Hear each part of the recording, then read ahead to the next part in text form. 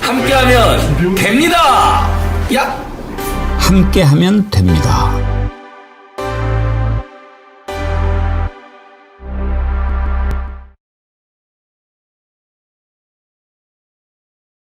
예, 여러분 안녕하십니까. 백운기입니다. 이재명 대통령 기자회견 생중계하느라고 정치 1분지 시작이 늦어졌습니다.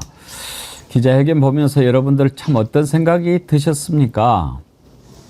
기자회견이란 이런 것이다. 그런 생각 많이 드시지 않았습니까? 대통령이 워낙 진솔하고 차분하게 답변을 하니까 시간이 꽤 길어지는데요. 당초에는 10시부터 11시 반까지 1시간 반 예정을 했는데 지금 분위기로는 12시도 넘을 것 같습니다.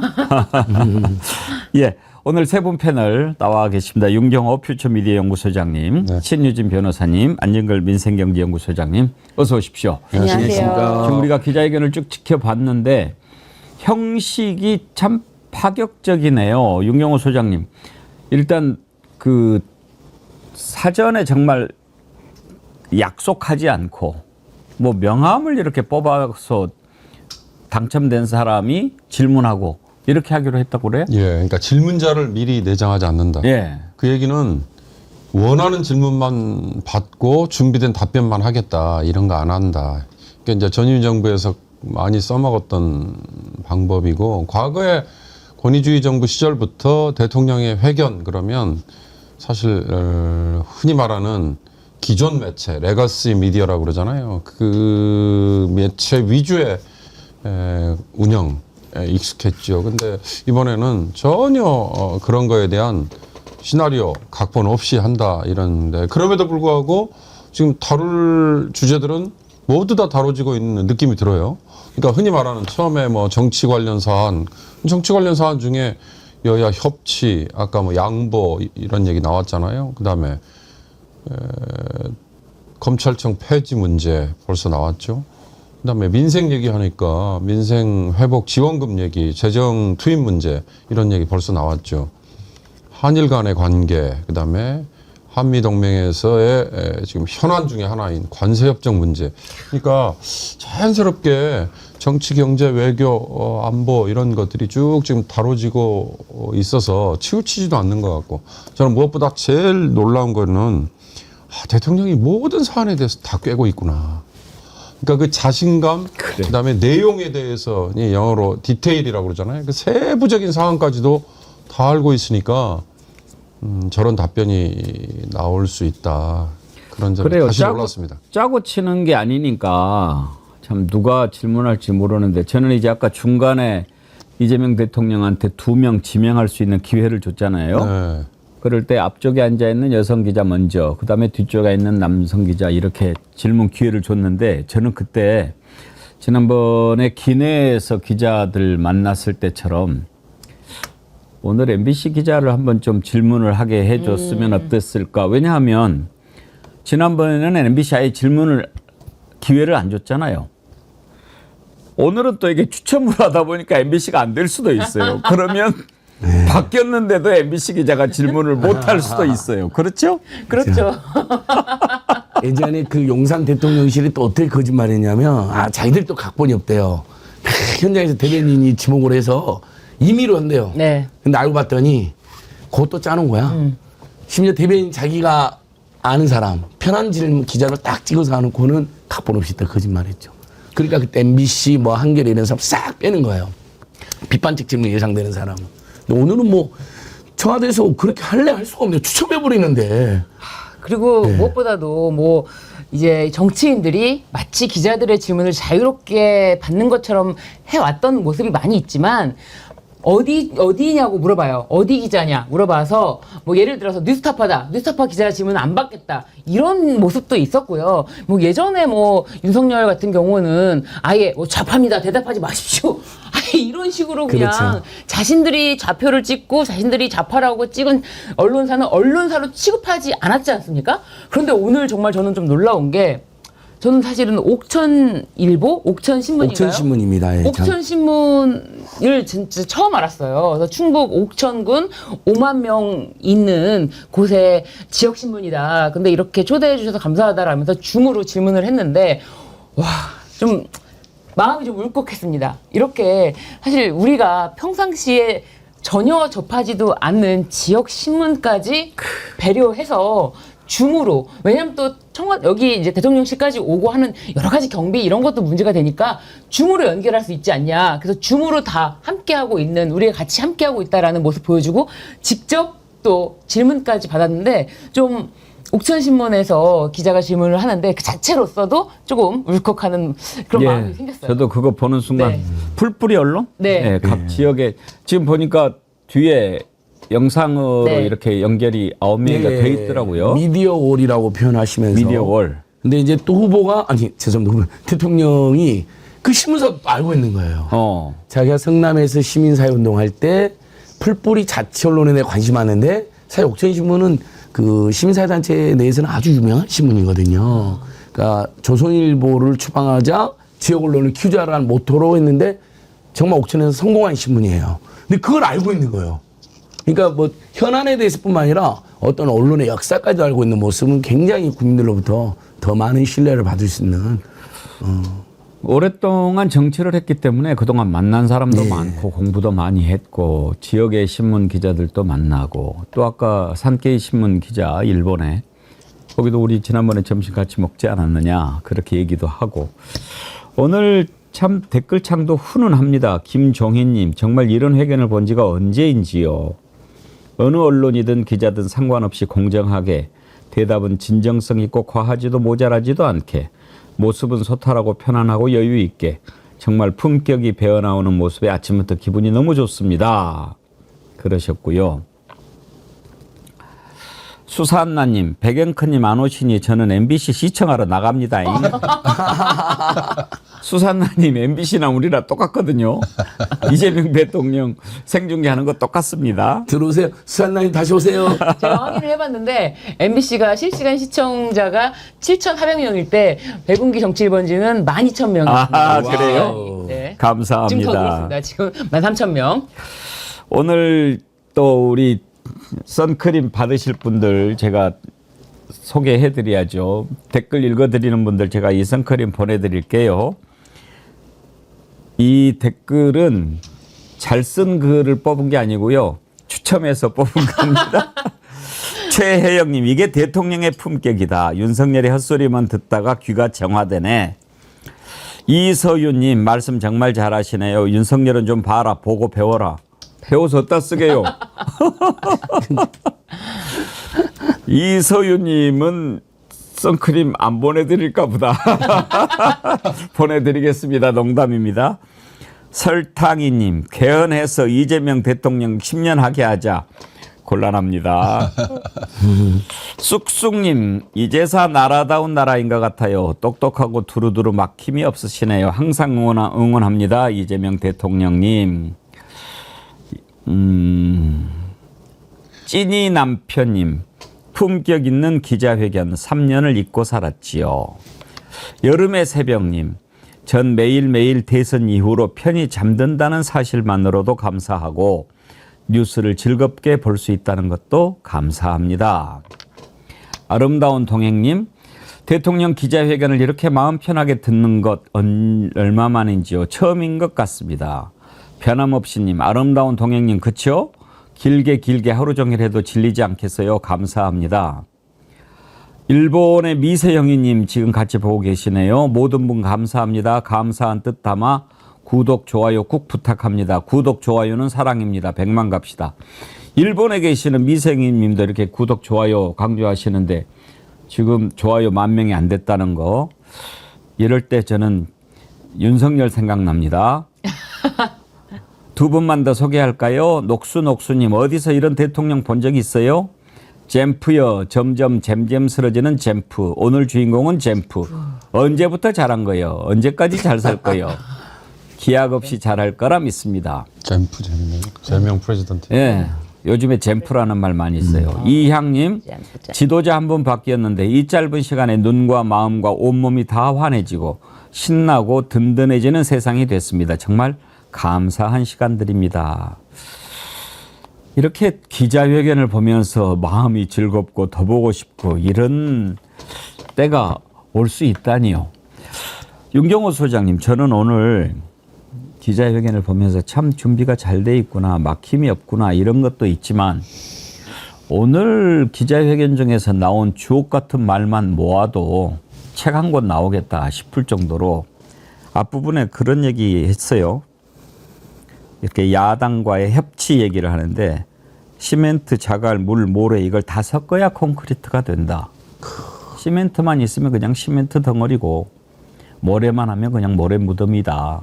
근데 이게 섞어져야 콘크리트가 되는 것이다. 그러면서 차이는 불편한 것이지만 시너지의 원천이기도 하다. 이런 표현. 아, 유심히도 받아 적으셨나요? 예, 아니 그냥 귀에 쏙쏙 들어오셨나요? 와닿더라고요. 저런 표현들은요. 자기 내부의 깊은 성찰 이런 게 없으면 나올 수가 없는 거잖아요. 네. 또 이런 표현도 있어요. 하나만 더. 타협과 야합은 다르고 네. 봉합과 통합은 구분해야 된다. 또 이런 표현도 있어요. 저도 아까 그 대목은 귀에 들어오더라고요. 그 대통령의 말에는요. 그 글을 쓰는 사람들한테 비문이라는 얘기가 있습니다. 주어 동사 목적어 우리 흔히 말하는 보어 뭐 이런 것들이 그냥 없는 완성되지 않은 문장. 근데 이재명 대통령의 말은 비문이 별로 없어요. 그러니까 아마 글도 잘 쓸 거라고 저는 짐작합니다. 말도 저렇게 논리적으로 할 수 있는 거는 굉장히 인문학적인 아마 기본이 돼 있다. 저는 짐작을 그렇게 하는데 그러니까 듣는 사람들이 이해를 쏙쏙 하기 쉽게 돼 있죠. 기왕 저한테 발언 기회를 주셨으니까 이제 오늘 전 국민에게 이렇게 생중계가 되잖아요. 지상파 뭐 온 매체가 다 이렇게 보여주지 않습니까? 지금은 흔히 말하는 내란 종식 그리고 미국과의 관계 그다음에 경제 회생 현안 위주로 질문할 수밖에 없고 답변할 수밖에 없죠. 그러나 이재명 대통령이 국민과 이렇게 오랜 시간 동안 허심탄회하게 만날 수 있는 기회가 많지 않을 겁니다. 그렇다면 앞으로 이재명 정부 5년은 어떻게 대한민국을 끌고 갈 거냐에 대한 비전이라는 것도 심어줘야 되거든요. 그러니까 그거는 과거의 정부에는 캐치프레이즈 한두 문장에 들어있는 경우도 있었죠. 한두 단어에 들어있는 경우도 있었죠. 그러나 지금 이재명 대통령은 진짜 대한민국이라는 거 이외에는 물론 아직 때가 아닐 수도 있습니다. 뭐 예를 들어서 3개월 후 또는 6개월 후 그때 앞으로 남은 4년 반 동안의 비전에 대해서 이렇게 끌고 가겠습니다라고 얘기할 수도 있지만 저는 이렇게 전 국민에게 철학을 그리고 정책을 일목요연하게 보여주는 이때 말미에는 그런 얘기들로 정리가 딱 되면 앞으로 이렇게 가려고 하는구나라는 거에 대한 제시도 잘 될 수 있을 거다는 생각이 듭니다. 지금 감사원과 특별감찰관 이런 내용에 대한 질문 답변이 나오는 것 같은데 한번 잠깐 현장 가볼까요? 바꿔주시면 좋을 것 같습니다. 소리를 예. 민원이 와서 네, 마지막 질문을 마지막이네. 오케이 쭉 갑시다. 한번 우리를 밑에다 넣어주세요. 저희 이제 기자분 질문을 다양한 양식이 있지만 아까 배수 기자님께서 한 번 더 그 민생 경제 분야 아까 조금 질문 부족했던 거 아니냐라는 민원이 있어서 거기서 한 분 더 추첨해 주시면 네. 간사 추천해 네. 울산신문 김응삼 기자님이십니다. 근데 좀 민생경제 관련한 얘기였으면 좋겠다라는 기자분들의 의견이 있긴 한데, 네 자유롭게 여쭤봐 주세요. 네. 울산신문의 김응삼 기자입니다. 질문 기회를 주셔서 감사합니다. 저는 그 신문사가 울산에 있기 때문에 5급 삼특 체제 관련해서 좀 어떤 구상을 갖고 계시는지 한번 여쭤보고 싶습니다. 네, 뭐 5급 삼특 체제는 아마 뭐 잘 처음 들어보신 분도 계실 텐데 대한민국이 수도권 1극 체제다. 다 수도권으로 몰린다. 그러니까 이 극을 몇 개 더 만들자. 영남에 예를 들면 부울경, 동남권이죠. 또 충청권, 그 다음에 호남권. 그러면 5극이 되죠. 서울까지 합치면. 대구 경북권. 네. 그리고 이제 여기서 제외된 강원도, 전북, 제주 여기를 이제 특별자치도 형태로 3개 특별도, 그래서 5극 3특 체제라고 우리가 이름을 붙였는데요. 이거는 지방 균형 발전의 이제 핵심 정책이죠. 충청권 메가시티, 또 대구 경북 통합, 또 부울경 동남권, 광주 전남 호남권. 여기에는 앞으로 저희가 이제 뭐 정책이든 재정이든 집중하려고 합니다. 그 중에 또 하나가 이제 서울대 10개 만들기라고 지역 거점 대학 육선. 그래서 인프라 구축, 교육 기관을 포함한 인재 양성 기관, 또 정주 여건, 그리고 이제 기업 유치, 또 이를 위한 뭐 재생에너지를 포함한 에너지 공급 대책, 뭐 이런 것들을 좀 종합해서 수도권과 똑같지는 않겠지만 어쨌든 새로운 중심을 만들어 나가야 되겠다라는 말씀을 저희가 계속 드리고 있습니다. 여러 가지 개별적인 정책들이 집행이 될 텐데, 제가 이제 각 지역을 다니거나 또는 지방시대위원회 뭐 등등을 통해서 구체적으로 어떻게 하면 이 5극 3특 체제를 현실화할 수 있겠냐는 계속 고민해 나가도록 하겠습니다. 좀 이렇게 하시죠. 제가 이게 기자들의 질문에 답한다는 걸 빙자해서 제 얘기를 너무 많이 해버린 것 같아서 네, 조금 더 받을 수 있습니다. 조금 더 하시되 네, 네. 통신사들한테 기회를 좀 주시죠. 네, 통신사도 그렇고요. 지금 제가 통계를 내고 있었거든요. 네네. KTV 채널A, 머니투데이, 아시아투데이, 미디어팬, 강원도민일보, 오청신보, 그러게. 경남일보, 울산신보 이렇게 외신 지방이 네. 말이에요. 맞습니다. 오히려 조금 지방지가 많은 기회를 가졌으니까 이번에 중앙지와 네, 중앙지 통신사 뭐 이런 데 좀 하시죠. 제가 조금 균형을 분배를 해볼까 싶습니다. 중앙지 쪽에서 손 들어주시면 마찬가지로 대통령께서 지목해 주시는 걸로 다 근데 드시네요. 어딘지 제가 모르니까. 네, 약간 어디 요쪽 연합뉴스나 이런 데 연합뉴스? 못하지 않았어요? 네, 연합뉴스 못했습니다. 연합뉴스 네. 아까 어디 뉴시스라고 했어요? 네, 뉴스원은 아까 마찬가지로 통신사인데 간사분이라서 질문도 제일 처음에 긴 질문 하셨습니다. 그러면 네, 연합 뉴시스는 했고 뉴시스는 뉴스원? 안 했고 뉴스원이 했습니다. 네. 뉴스 그럼 뉴시스 또 네, 어디? 뉴스. 미안합니다. 네. 그러니까 연합하고 일단 뉴시스 먼저 합시다. 네, 일단 연합 아까 손 드셨죠? 네, 네, 네, 네. 질문 받겠습니다. 예, 대통령님, 연합뉴스 황윤기 기자입니다. 질문 기회 주셔서 감사드립니다. 저는 마이너하지만 사소하지 않고 소수의 이야기지만 모두의 이야기인 차별에 대한 질문을 준비했습니다. 대통령께서 대선 경선 후보 시절 차별금지법에 대해서 사회적 합의가 더 필요하다고 말씀하셨는데요. 사회적 합의가 정말로 더 필요하다면 대통령께서 선호하시는 예.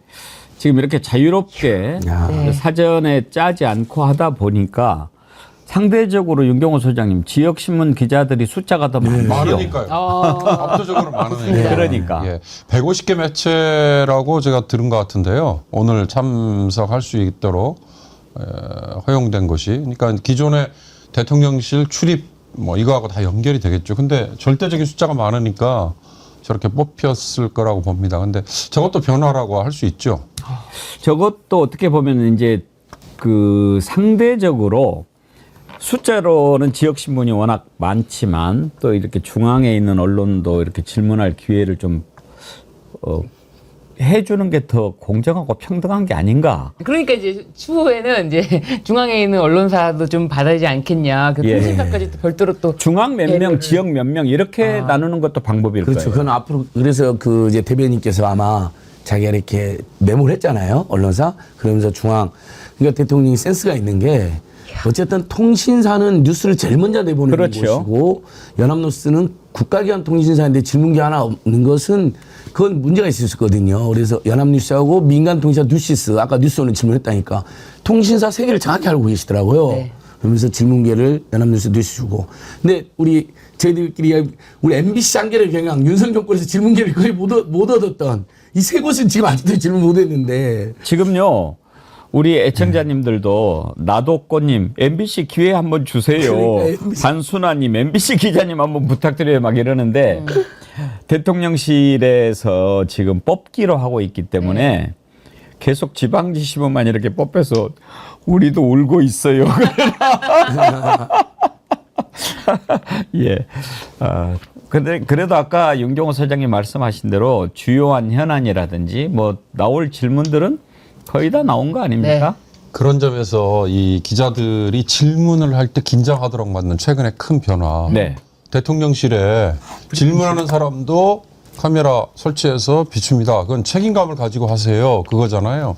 그걸 서로 어떻게 보면 긴장감을 끌어올리는 저는 바람직한 방향의 변화의 촉진제가 됐다고 촉발제가 됐다고 생각하거든요. 이제 한 가지만 더 예를 들어서 보는 분들이 시원하게 하려면요. 질문을 한 거에 대한 답변이 나오고 추가 질문이 가능해지면 좋아요. 네. 근데 이렇게 전 국민이 보는 지금 제한된 시간 안에는 그렇게 하면 다른 사람의 질문권을 또 뺏어버리는 게 되기 때문에 한계가 있는 거죠. 대통령이 저렇게 청와대 영빈관에 마련된 저런 기자회견 말고요. 아마 기자실에 불쑥 찾아오는 경우도 분명히 있을 겁니다. 그것도 요즘에는 유튜브, KTV를 통해서 리얼타임으로 생중계가 될 수 있으니까 그럴 때는 이 추가 질문도 저는 가능하지 않을까 싶고 그것도 우리가 미국 언론과 미국 대통령이 하는 거에 대한 왜 우리는 저렇게 못하느냐 이거 아마 변화가 멀지 않을 것 같다는 생각이 듭니다. 지금요. 베르사 이후 장마님께서 애하고 짜여진 각본대로 해도 애하고 쩝쩝거리던 돼지하고는 너무 차이 난다 그러셨는데 그렇죠. 아까 이제 제가 명언 주옥 같은 말들이 오늘 많이 나온다고 하지 않았습니까? 그건요 자기 내면의 성찰도 있지만 평소에 책을 많이 읽고 그랬던 것이 바탕이 되니까 그러는 겁니다. 근데 윤석열 사진 많이들 보내주시는데요. 책을 많이 본다고 하니까. 윤석열이도 이제 뭔가 책 본다고 원래 여름에 휴가철 되면 대통령이 무슨 책을 갖고 가는가 그걸 소개를 하거든요. 그러면 대통령이 어떤 것에 관심을 갖고 있는지 그리고 이제 좋아하는 대통령이 보는 책이라고 그래가지고 막 그 책이 베스트셀러가 되고 그랬어요. 문재인 대통령 때는 김훈의 칼의 노래인가요? 뭐그 책을 가지고 갔다고 그래가지고 아주 그 책이 또 네. 원래도 뭐 김훈 작가 책이 좋지만 베스트셀러 되고 그랬는데 윤석열은 책을 얼마나 안 보면 책 보는 것을 일부러 사진도 없고 그 뒤에 책장에 지네 아버지가 줬다는 프리드먼 자유책 한 권 꽂혀져 있었죠. 그런데 뭘 공부한다고 막 이렇게 사진을 찍어서 올린 게 있어요. 그거 한번 보여주실래요? 후보 시절에? 저거 이제 뭐 하는데 빈화. 참 머리도 나빠. 그 모니터도 아무것도 없는 모니터를 사진을 찍어요. 그 다음에 백지. 또 종이도 뭐 이렇게 보고 있는데 저게 그러면 빛이 안 들어오는 반대쪽에서 찍든지 뭐지라. 백지가 그대로 보이는 거예요. 또 기차 타고 갈 때 뭐 사진도 있어요. 이것도 보면 뭐야? 백지. 백지 아니야. 저애는 뭐 저렇게 백지를 열심히 봐. 다시 봐도 너무 기가 막히고 황당하네요. 김건희는 굉장히 정성껏 찍어줍니다. 부유원이기 때문에. 근데 윤석열은 정말로 무성의하게 찍어버리더라고요. 저건 엿먹이려고 내보내는 사진이 되는 거예요. 아마 김건희 그 신복들이 윤석열 바보다, 대통령 김건희다 그렇게 보여주려고 저러 그랬을 수도 있습니다. 심지어 최근에 윤호중 그 행안부 장관 후보자 왜 김건희한테 입 가리고 수줍고 웃었냐, 너무 공손하게 그랬더니 자기는 방송에 나왔어요. 제가 들었는데 자기 그런 적 없대요. 화도 와갖고 뭐 내가 줄리할 시간 있어 보여, 뭐 저 아직도 줄리로 생각하세요 그러길래 너무 기가 막혀갖고 그냥 조심한 의미로 그게 아니고 이러는데 그것만 옆에서 김건희 사진사가 계속 찍더래요. 그러면서 마치 김건희 앞에서 그 윤호중이 네. 공손하게 입 가리고 웃는 것처럼 그런 적이 없대요. 그렇게 보이는 사진을 딱 해서 그날 공개했대요. 그러니까 김건희한테는 그렇게 정색을 쓰고 정치 공작도 하고 윤석열은 바보를 만든 거 아닌가 싶습니다. 술 마시고 글자 보면 어지러우니까 그럴 수는 있어요. 그것도 맞습니다. 이번에도 지금 내일 모레 출석하는데 9시까지 나오라고 그랬잖아요. 네. 오늘 속보 뜬 거 보셨나요? 한 10분에서 20분 늦을 수 있겠다고 이렇게 연락이 온 거예요. 와.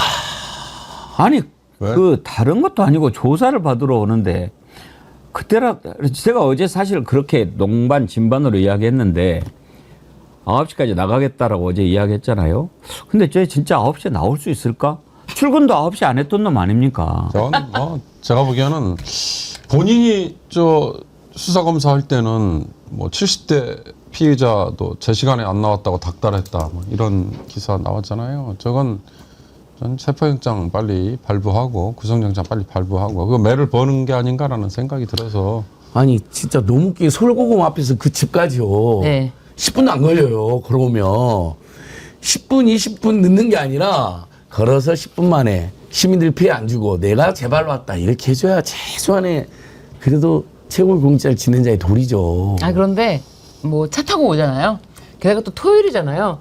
도저히 늦을 이유가 없는 그러니까요. 날이거든요. 그리고 출근하는 것도 아니고 일이 있는 것도 아니고 게다가 또 공휴일, 그러니까 토요일입니다. 그런데도 10분, 20분 늦겠다라고 말을 하는 게 정말 어지간히 본인의 어떤 습성이 그대로 다 드러나는 것 같아요. 그러니까 아무 말도 하지 않고 늦어버리면은 혹시라도 체포영장 나올까봐 그거 말을 해두는 거예요. 나 좀 늦습니다. 이재명 대통령 기자회견이 이제 2시간을 향해 가는데요. 오늘 오찬이 그 군소정당 네, 비교섭단체 비교섭단체 대표들과 있지 않나요? 맞습니다. 오찬이 예정돼 있었습니다. 무작정 길게 할 수는 없을 것 네. 같은데 오찬 12시 아니겠습니까? 예. 뭐 참 성실하게 답변하는 모습이 좋은데 오늘 어떠세요? 그 기자회견 전체적으로 봤을 때 아까 우리가 이제 중앙대 지방 기자들의 기회를 무조건 전체적으로 주는 것보다 나누는 것도 한번 의미가 있을 것 같다라고 지적을 했고 좀 빠진 질문 같은 게 좀 있어 보이지 않습니까, 영경호 소장님? 예, 아까 그 대목을 제가 이 대통령 5년의 미래 비전에 대한 좀 그걸 느낄 수 있게 좀 해주세요 이거였는데 사실 이게 처음이잖아요. 취임식 때 국민에게 했던 연설 그리고 중간중간 뭐 무슨 국민과의 대화도 물론 있었고 현장 방문도 있었고 구체적인 현안에 대해서 국무회의에서 지적도 있었습니다. 그러나 그거하고 또 이거하고는 방식이 다르고 내용도 좀 달라야 되거든단 말이죠. 그런 점에서 어떻게 보면 과거 같았으면 이게 첫 기자회견이기 때문에 이 대통령의 향후 5년의 국정 그랜드 플랜, 청사진 뭐 이거부터 먼저 묻는 기자가 있었을지도 몰라요. 그러나 지금은 다른 현안들이 워낙 많고 대통령이 그걸 또 선언을 먼저 했잖아요. 이런 것부터 제가 먼저 챙기고 나서 그 다음 단계 가겠습니다. 이랬으니까. 그래서 저는 그런 점에서 향후 5년에 대한 비전 이걸 좀 읽을 수 있는, 느낄 수 있는 국민이 확 와닿을 수 있는 그런 거를 제시하는 질문과 답변이 좀 이어졌으면 좋겠다는 생각이 듭니다. 만약에 신유진 네. 변호사님이 지금 저기 대통령실 출입기자로 현장에 있다. 어떤 질문 하셨겠어요? 저의 만약에 질문이라면은 저는 아무래도 이제 뭐 법 쪽에 관심이 많은 사람이니까 뭐 개혁 문제에 대해서 근데 뭐 검찰 개혁만이 아니라 저는 사실은 이 법원에 대한 개혁도 좀 심도 깊게 더 논의가 돼야 될 텐데 법원에 대한 개혁은 아직까지 이제 뭐 얘기가 많이 나오지 않는 상황인데 법원에 대한 개혁 부분에 대해서 생각도 좀 궁금합니다. 뭐 이런 질문. 안진걸 소장님은요? 저는 그 오늘 그 모두 발언 질문 중에 가장 좋았던 게 보통 그 고위 정치인이나 대통령은 옛날에 항상 민생 잠깐만요. 마무리 발언하는데 예. 잠깐 좀 들어볼까요? 그러시죠.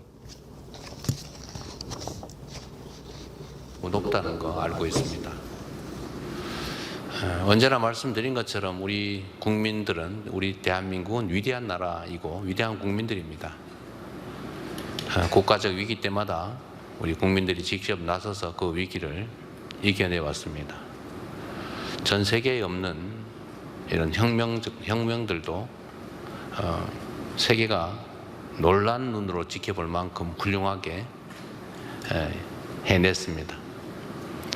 우리 앞에 많은 어려움들이 쌓여 있긴 하지만 저는 우리 공직자들부터 솔선수범하고 또 우리 국민들께서 그 저력을 발휘해 주시면 빠른 시간 내에 이 위기들을 다 극복하고 지금까지와는 전혀 다른 희망 있는 새로운 세상을 향해 나아갈 수 있을 거라고 확신합니다. 1초를 천금같이 여기고 대통령의 1시간, 국가 공무원의 1시간은 5,200만 시간의 가치가 있다는 생각으로 최선을 다하겠다는 말씀을 드립니다. 고맙습니다. 네, 말씀 감사합니다. 이상으로 대통령의 30일 언론이 묻고 국민에게 답하다 기자회견은 마치겠습니다. 먼저 대통령께서 자리를 뜨겠습니다. 자연스럽게 악수 나누시고 기자회견은 이걸로 끝났다고 말씀을 드리겠습니다. 오늘 참석해주신 국내 그리고 외신 기자분들 포함해 미디어를 바꿔주세요. 함께 해주신 우리 풀뿌리 지역 언론인 여러분께 딱 2시간. 네. 예. 결국 MBC 질문 못했어요. 정현주 현주님, 멧돼지였으면 진작 그만하자고 했을 건데 그러셨는데 그때 윤석열 야 입 아프다 그만하자 그랬죠? 목 아프다. 목 아프다. 네, 네. 반말로. 그것도 반말로. 그만하지. 그만하지. 그만하자 목이 아픈데 그랬을걸요? 그만하자. 네. 그만하자. 걔는 그 공개석상에서도 막 아래 사람한테 반말하고 그러잖아요. 아까 이게 5극 3특제제가 뭐냐면 5극? 뭐 북극, 남극 말고 또 극이 있나? 뭐 이럴지도 몰라요. 오늘 예고해 드린 대로요. 2부에서는 마약 수사로 참 고초를 겪고 있는 백혜룡 경정 만나보기로 했죠. 여러분 2부 많이 기대해 주시고요. 오늘 1부는 기자회견 생중계하면서 그 내용 했는데 한 가지만 우리가 좀 짚어보고 가도록 하겠습니다. 특검이나 이런 내용 계속 했는데 저는 이번에 이 내란 세력들 다 정리하고 윤석열 관련된 사람들 다 정리하면서 반드시 법이 살아있음을 그리고 국민이 무서운 것을 알게 해줘야 될 사람 하나 있어서 이거 좀 짚어보고 가려고 합니다. 대통령 비서실장 했던 정진석.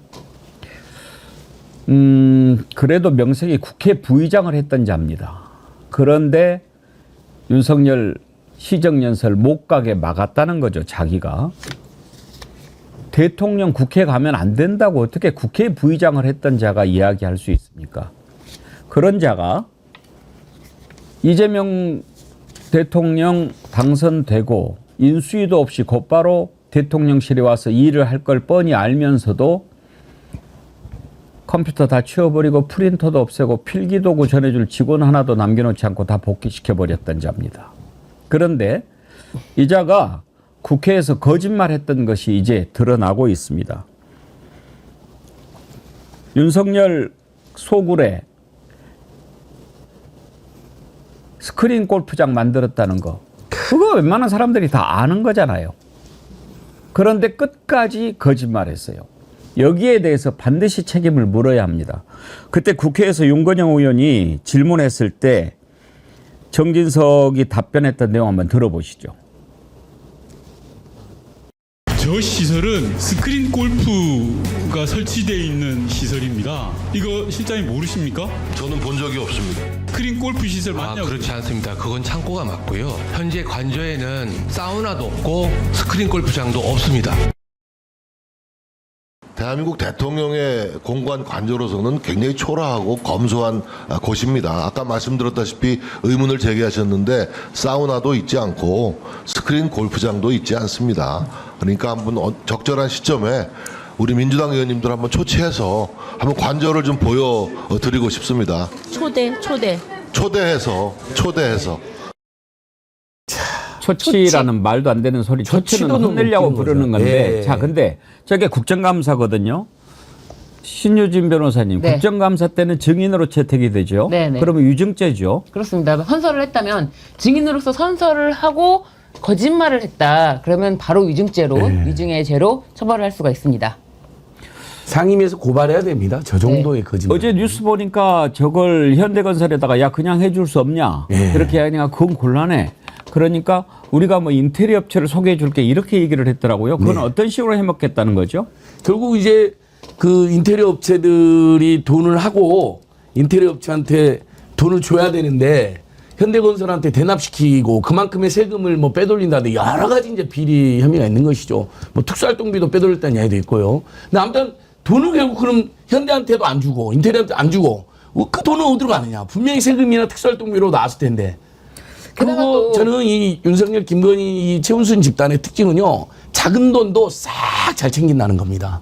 큰 돈만 지지는 게 아니라. 그게 이제 또 김용현이 그거를 또 관장을 했기 때문에 네. 그래서 이제 김용현을 향한 어떤 뇌물죄가 될 수 있기 때문에 이게 뒤늦게 5억 원 우리 돈 사실 못 받았다라고 청구를 하는 것이라는 알리바이용 소송이라는 의혹도 지금 있습니다.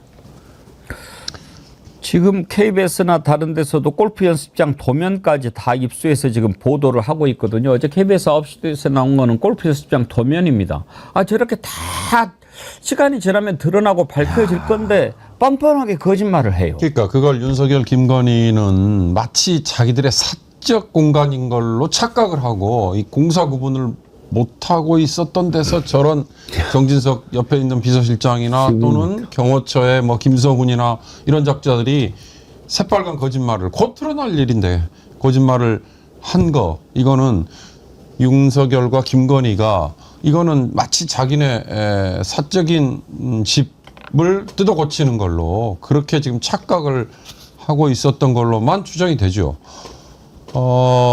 조달청이라든지 아니면 뭐 광급공사는요 모든 것이 다 절차를 거쳐서 업체도 선정이 돼야 되고 그리고 그 내용도 샅샅이 다 밝혀져야 되는 거거든요. 맞습니다.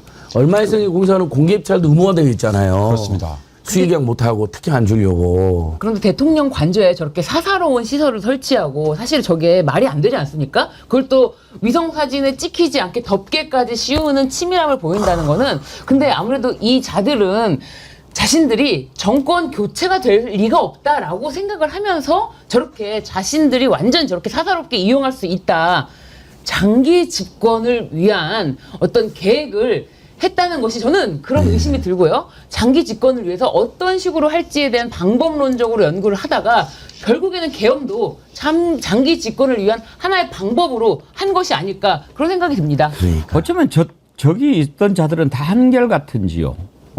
아까 윤석열 백지 보면서 사기치는 거 우리가 보여줬잖아요. 정진석도 그렇고 내친 김에 한 사람 더 봅시다. 한덕수. 야 어제 저는요.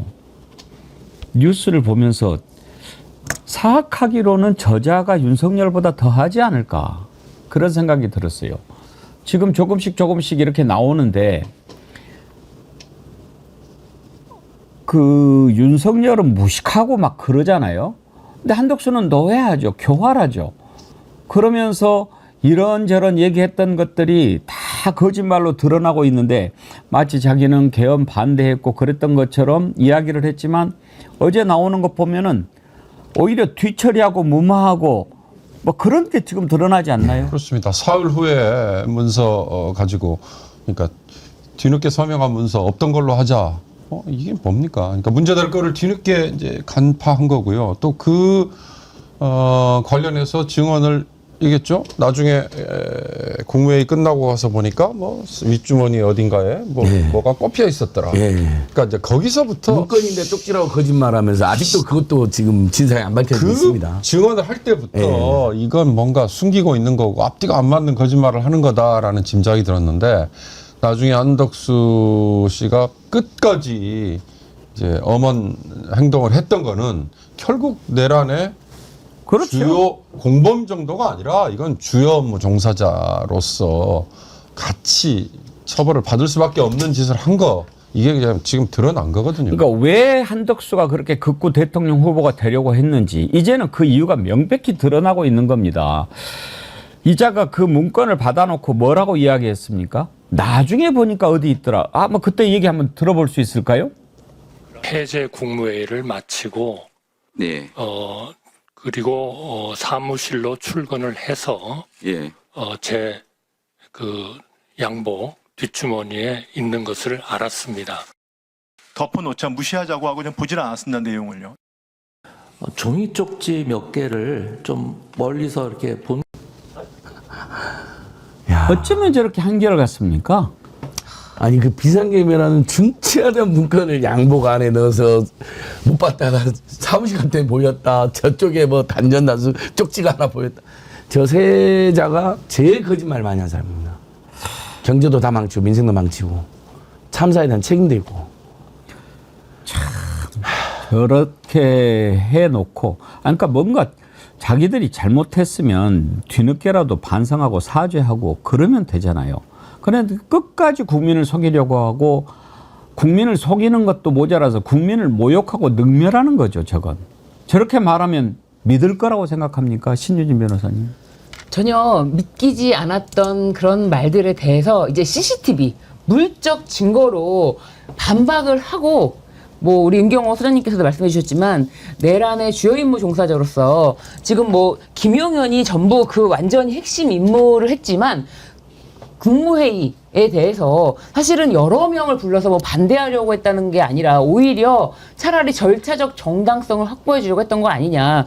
그렇기 때문에 12월 5일에도 대통령의 국법상 행위는 문서로서 한다. 그리고 이제 부서하는 그런 행위가 필요하기 때문에 거기까지 사인을 했던 건데 또 사인만 한 것이 아니고 나중엔 다시 그거를 다시 폐기해달라고 요청을 했어요.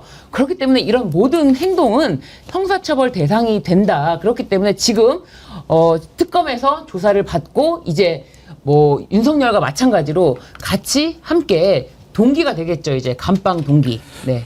자, 이런 내용들 오늘 좀 짚어봤습니다.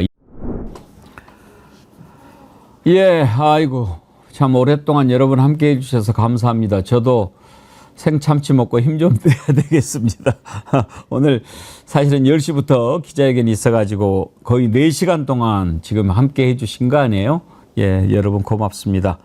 정어리몰에서 긴급 공수해서 드리는 생참치 여러분 많이 사랑해 주셔서 감사드리고요. 좋은 기회에 바다에서 참치가 직접 잡혔을 때만 드릴 수 있는 기회니까요. 맛있게 드시기 바랍니다. 아주 싱싱한 참치를 바로 손질해서 드리니까요. 이럴 때 드시기 바랍니다.